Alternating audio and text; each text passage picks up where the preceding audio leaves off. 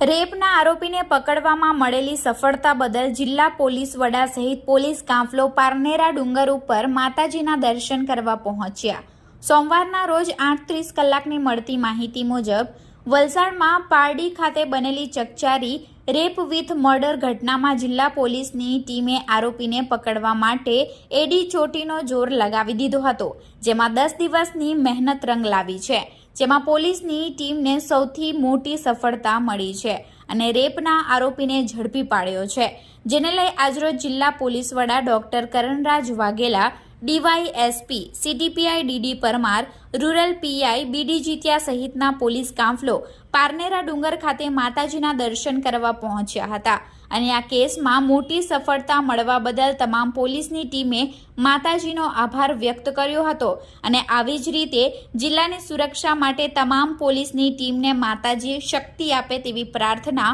કરી હતી।